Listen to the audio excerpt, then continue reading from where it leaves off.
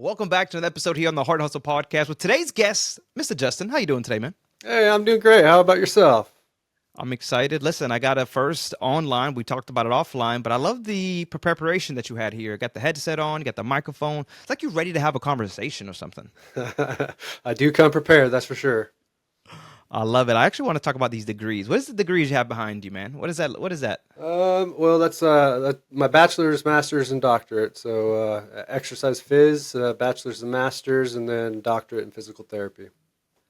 Wow. So this you already knew this from the jump. This is what you wanted, the space you want to be in since leaving high school? No, no, not at all. Actually, plans never work out. What I've figured out, and I just go where I'm taken or where I'm directed, and actually my interests are what really led me to where I am today. You know, And for those that are listening, where are you today? What's the organization you're representing? Where are you part of? so I'm a part of Kansas Christian Home, and we're in Newton, Kansas, just north of Wichita, Kansas. So come check us out, check our website out, and see what we do. So don't make fun of me when I tell you this, but the other day I was on a live stream and you pronounced it correct, but I was saying Wichita. And there was like, never heard of it. And then, so I spelled it for them. They was like, and they just started making fun of me. And I'm like, Yeah, how do I supposed to know I'm not from there? I've never heard it a day yeah. in my life. Yeah. So Justin, tell us more, man. This organization, how long has it been around? What are you guys doing? Yeah, so the organization's been around for about 63 years now. We're tucked back in a quiet neighborhood, and it's a senior living campus where we offer independent living services, independent living plus services, home health, skilled nursing, long-term care. Really, a key part of the community and serving the seniors that are in the community. We've actually seen a lot of people come from outside the state, even, especially recently. We're trying to expand that reach, and I do believe that social media has really got us to where we are reaching a wider area. Social media, you saying just by telling stories, is that what it is on social media? Yeah, yes, letting people know who we are, what we do, showing them the fun that we have, and trying to change the perception of senior care, senior living. The the power of social media, man, and really what is able to do is amazing, and I'm happy that you guys been able to leverage that and see it at the level that it's at. I mean, clearly innovative. You guys are talking about social media. Looks like you guys are kind of ahead of the curve. Are you guys also thinking about AI? Are you guys in the space of AI? Yes, so we're definitely piloting a lot of programs and Mhm. looking to see what kind of efficiencies we can, streamline things in. There's a lot of data that we deal with on the skilled nursing side, and there's plenty of opportunities for us to streamline things and make things a little bit easier, faster, and more efficient. As a nonprofit, we're constantly looking for all those things to give us a little bit of edge, get us save us a little bit more time so we can serve the people that we're working with. That's amazing, man. And how long have you been in this field in this space? So senior living and skilled nursing, I've been in for a little over 5 years now.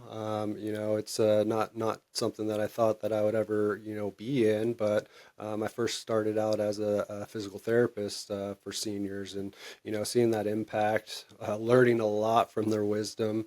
And just having extra grandparents that I can talk to every day has always been great. And improving the quality of life and having fun with them has really been very rewarding.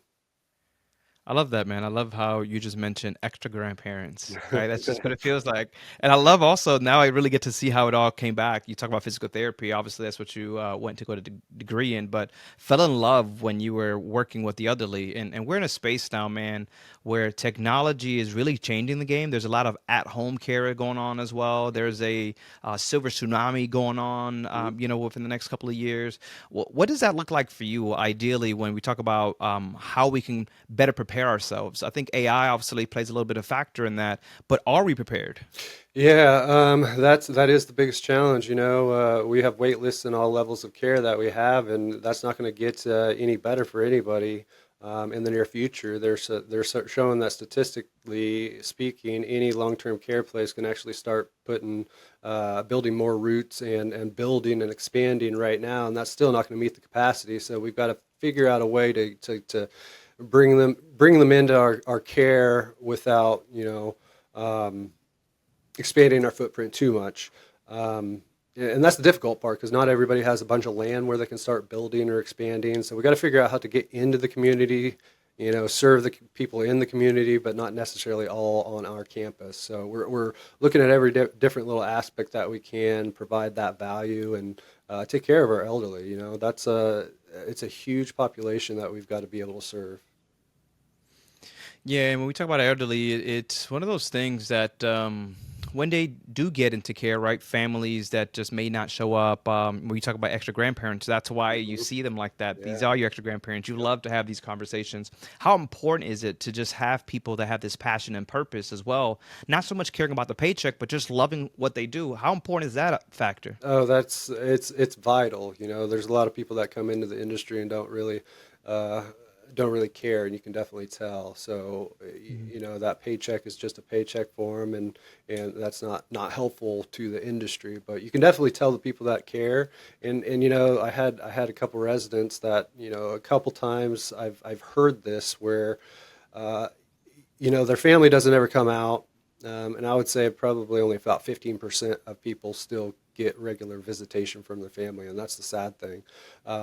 But they see that we're their family, and they appreciate that, and you've got to have staff that care.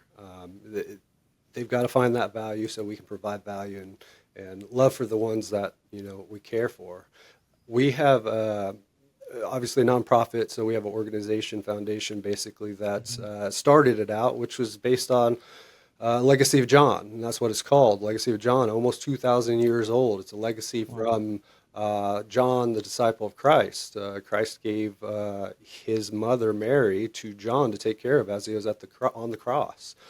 So we're living that legacy out. We're taking care of people's mothers. We're taking care of people's fathers, and we got to have people that continue and believe in that. True, man.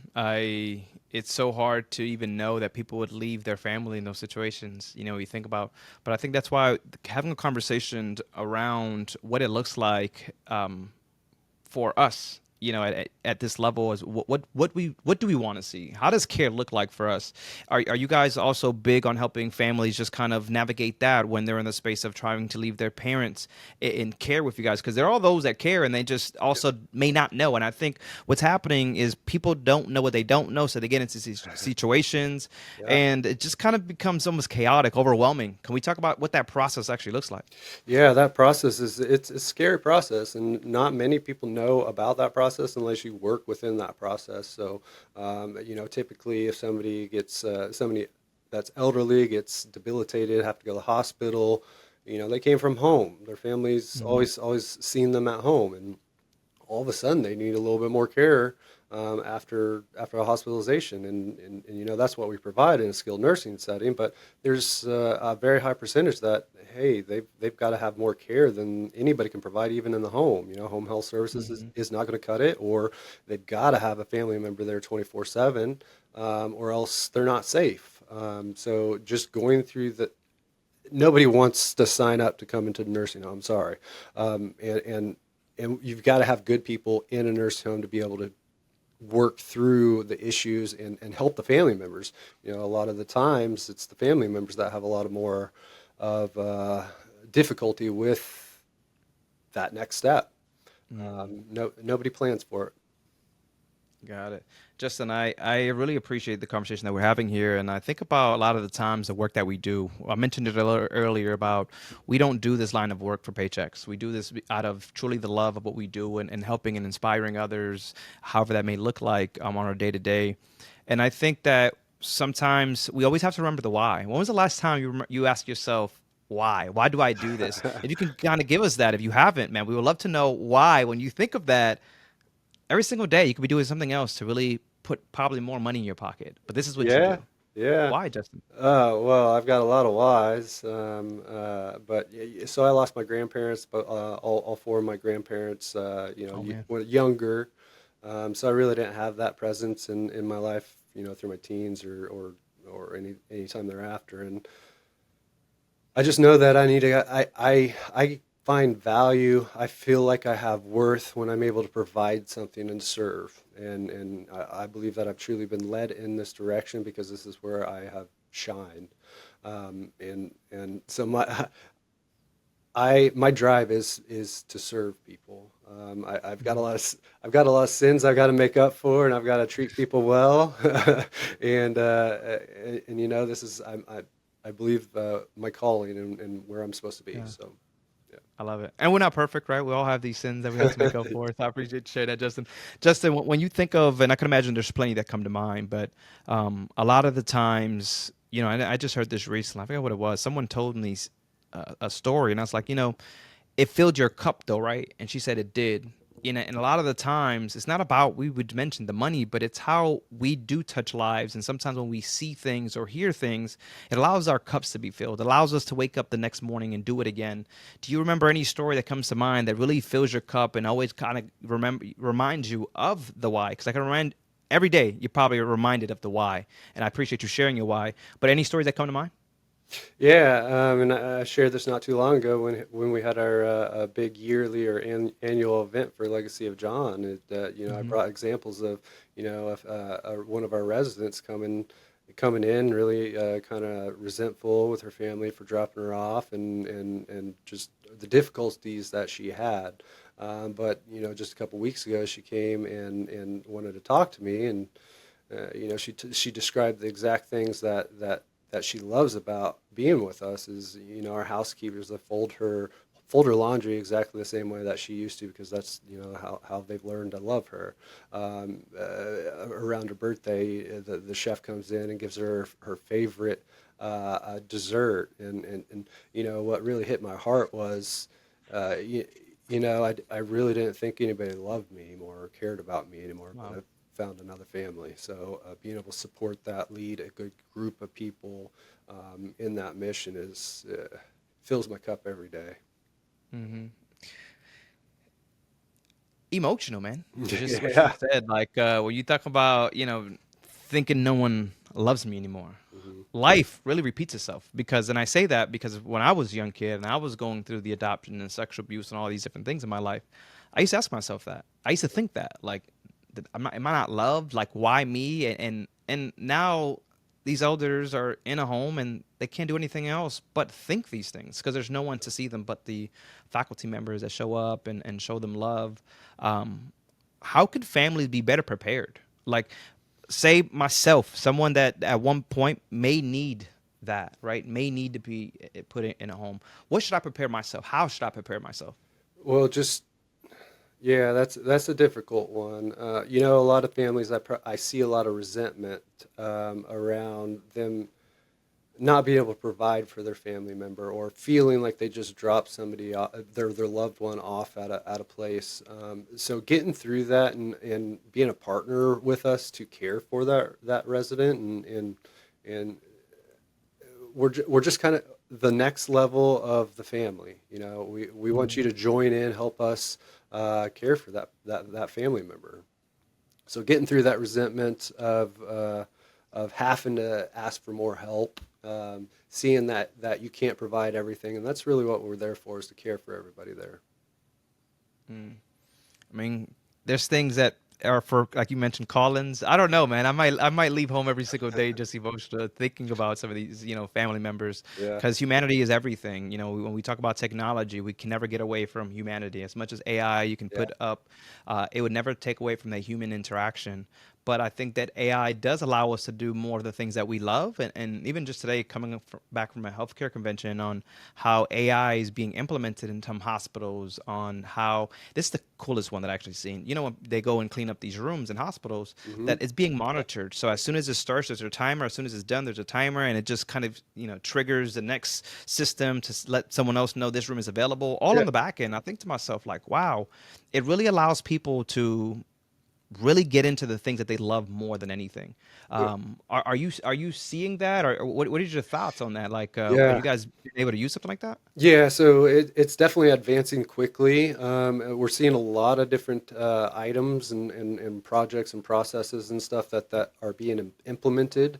It's very innovative time, that's for sure. They have things that you put in somebody's room and it'll scan the room. It'll tell you the position of the patient. It'll alert you when the patient Oh may my may God. be able to be maybe getting out of bed and they're high fall risk. It'll alert you. It will actually scan them and kind of tell you what the vital signs are. I mean, so quality of care is going to increase significantly. It's going to reduce falls. It's going to reduce hospitalizations. It's going to reduce so many different things. I'm currently looking into a new software program or EMR that will help facilitate some of that and cut down on that documentation. Documentation for the nursing staff is a burden.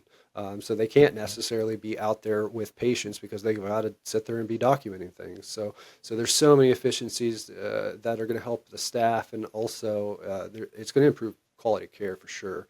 Even the office people, some of the things that I've built myself using some Grok projects are what we have is MDS, where we have a nurse that sits there, looks through all the documentation and says, okay, well, I'm going to code this and I'm going to send it off to CMS, and then they're going to pay us for it. Well, that's based on a book, a couple thousand pages. So if you have any kind of questions, you got to scan a book or a PDF, look for a specific word. Well, you can build a project with AI, and then you can just ask it a question. What do I do in this situation? How do I code this? And it saves hours and hours and hours of time. And I see before too long, all those systems are going to talk to each other, and there's not even going to be a need for that position. So there's going to be another nurse out there on the floor working with people. Yeah. No, and that's it. I think people are in the space that is taking away jobs, but I feel like it's taking away the jobs that people don't really love doing anyway. That repetitive task. Yeah. Who wants to pick up the phone all day and answer the same questions? And I feel like if you could create something, however that may look like, that it just helps out. It makes you feel happier. We talked about filling cups. If I can't go and work my with the patients, the thing that I love, how am I cup being filled? Yeah. Right? Instead, I'm trying to chase money down. I'm trying to write notes and documentation, all these different things. Yeah. I was actually talking to a doctor today at the event, and he was just saying, I get to really see more people. I really have a work life balance. Yeah. Like the as you mentioned, the notes are being there, and I can edit them, and I can go back and look at them, and just so advanced. And I love that you're ahead of the game, but so many people are, and leaders itself in this space are kind of scared. What do you say to those people that are kind of scared of AI? If it was here, it's not going anywhere. Yeah, it's a tool. It's a tool. You ask any mechanic how do the jobs get a little bit better? How does their life get a little bit better? Well, the appropriate tools, using the tools, learning the new tools. If you're not using those tools, you're going to be behind. You're going to be stuck in the past. Everybody else is going to be moving forward. Things are going to get better for them and not you. So that's key. It's a tool. Let's learn how to use it wisely, and it's going to make everything better. If the Hard and Hustle podcast has ever sparked any idea or made you think differently, do us a favor. Make sure to guys share this, post it on LinkedIn, or even text that nonprofit friend that you just have. Whatever works, this is what keeps the conversation going and allows us to just grow this community together. Seriously, we appreciate you. Just because you said this, and has nothing to do with what we're talking about, but it talks about it kind of, and it does it. So I remember when I moved into my home and I turned the shower on, and one shower has hot water, but the other shower doesn't have hot water. So I'm like, okay, this is weird. Buy a home, they say, right? And here you have all these problems that you have to fix now because you can't call nobody. Yep. So I'm like, oh, so of course I go and look it up, and it may have been ChatGPT around that time. Probably actually was because I was probably using it. I don't know. Maybe it was just my good Google use. Yeah. Anyway, I find out what it was, and I didn't have the right tools. Right, you had to be very mindful of what you're doing because the pipes are behind the wall. So if anything bursts, now you really have a bigger situation. Yes. So I'm sitting here, playing with all these four different tools, man, to try to get this little piece. And I said, you know what? I don't want to break this. Let me go actually buy the correct tool. Yeah. And I bought the correct tool, and I spent 45 minutes with 4 or 5 different tools. But then when I got the right tool, it took me 5 minutes. And it's really back to what we say about AI. I mean, look at the time that is being saved that allows me to go do something else, and something that's more meaningful. And I don't know, right now we're talking about a little plumbing, but that is life. So I love that you said that, Justin, is that we have the tools, but do you have the correct tools in place to make things a little bit more uh, easier, but more the experience is also better, I think, as well. When we talk about how we can automate the back end, Hmm. our patients appreciate that, clients appreciate that, the parents, I can imagine, also, not the parents, but the children too.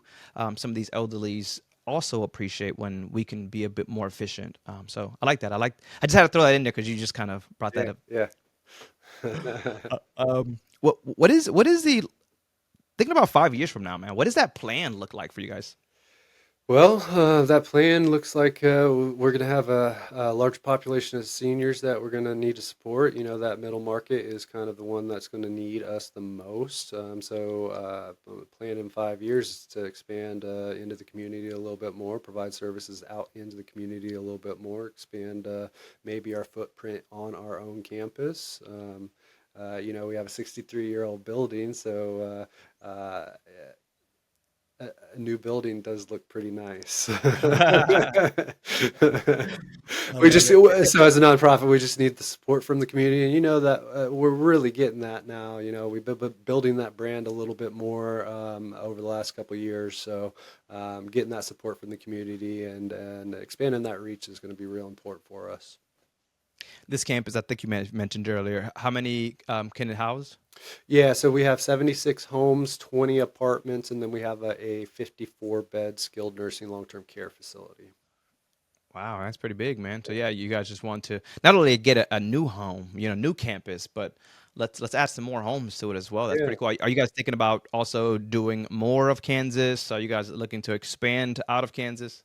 Yeah, yeah. I mean, at some point we want to expand that reach, but we need to be able to make sure that we can support ourselves and take care of everybody that we already have the privilege of working with.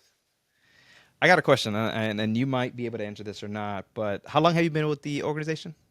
Almost 2 years now, so not too long. I Okay. moved into this position after kind of a corporate governed place that I was not agreeing with some of their metrics and Yeah. things. So I moved here because I saw an opportunity where I can also share my faith and also act upon it ethically. So You said uh, you said faith, my faith, yeah, yeah. so man of God. Yeah, absolutely. Yeah. I Yeah. love it, man. I love it. Yeah. Oh, that's why you're in this space, man. And you just have a Yeah. big old smile. Since I started with you, you just had a big old smile because God has blessed you to be up today. Yes. Um, I love that, man. The only reason I was asking that question is because I think 63 years old. You talk about expansion, and I sometimes even a 63-year-old organization still, especially in the nonprofit level, sometimes it's hard to scale, right? And it's Yeah. sometimes because the we have to have a business mindset, right? Where it's about giving, it's about storytelling. I think in the nonprofit world, but I think some organizations tend to just move a little slower. So that's all I was asking. Do you feel like now things are the wheel is turning, or are you guys still trying to grease the wheel to turn? Like where are we at? No, I'm blessed and challenged in the same arena in the fact that we don't have a corporate structure. We have a board of over 50% are pastors of the area. So really, Nice. the restrictions that we have are nothing. I am the whole C-suite team and the administrator of the skilled nursing facility, so that's a lot on me. But we also have the freedom to move fast. We have the freedom to adapt. We have the freedom to overcome as problems arise. And building that brand, we're using that momentum that we've got within the community to just keep pushing. And with social media's reach, we're able to broaden our nets and bring in more people, bring in more support, and with that, I see potentially building. Was social media your thing? No, so no, not initially. I actually canceled out of all social media for about 7 years and didn't even have anything at all. And then I started looking into it.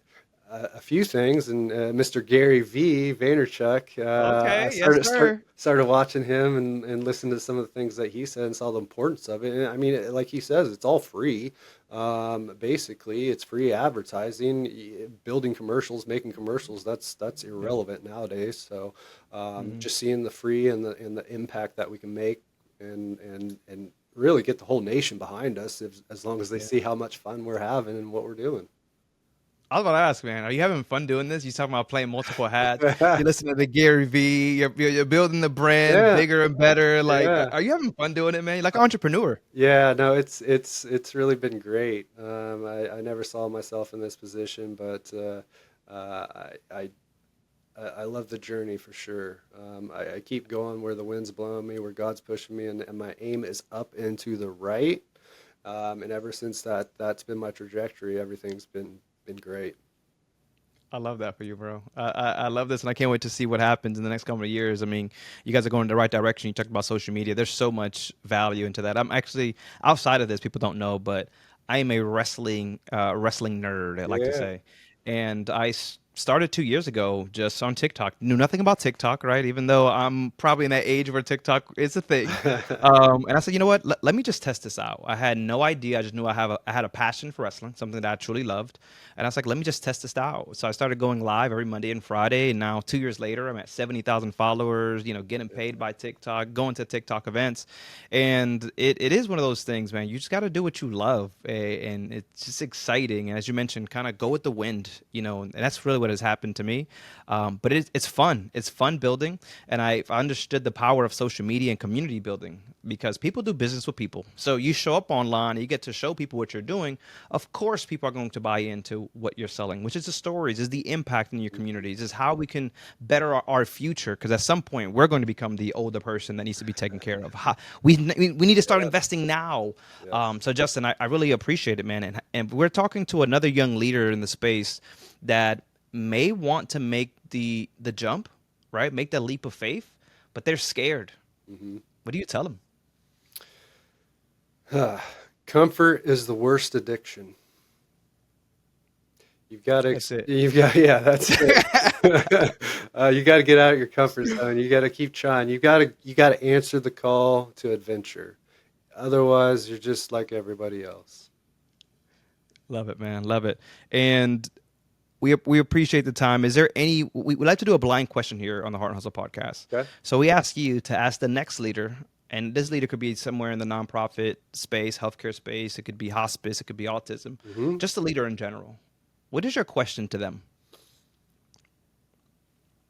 How are you advocating for those that you serve? And are you everything that you could be? Why you gotta be so deep, Justin? That was deep right there, man. I appreciate it.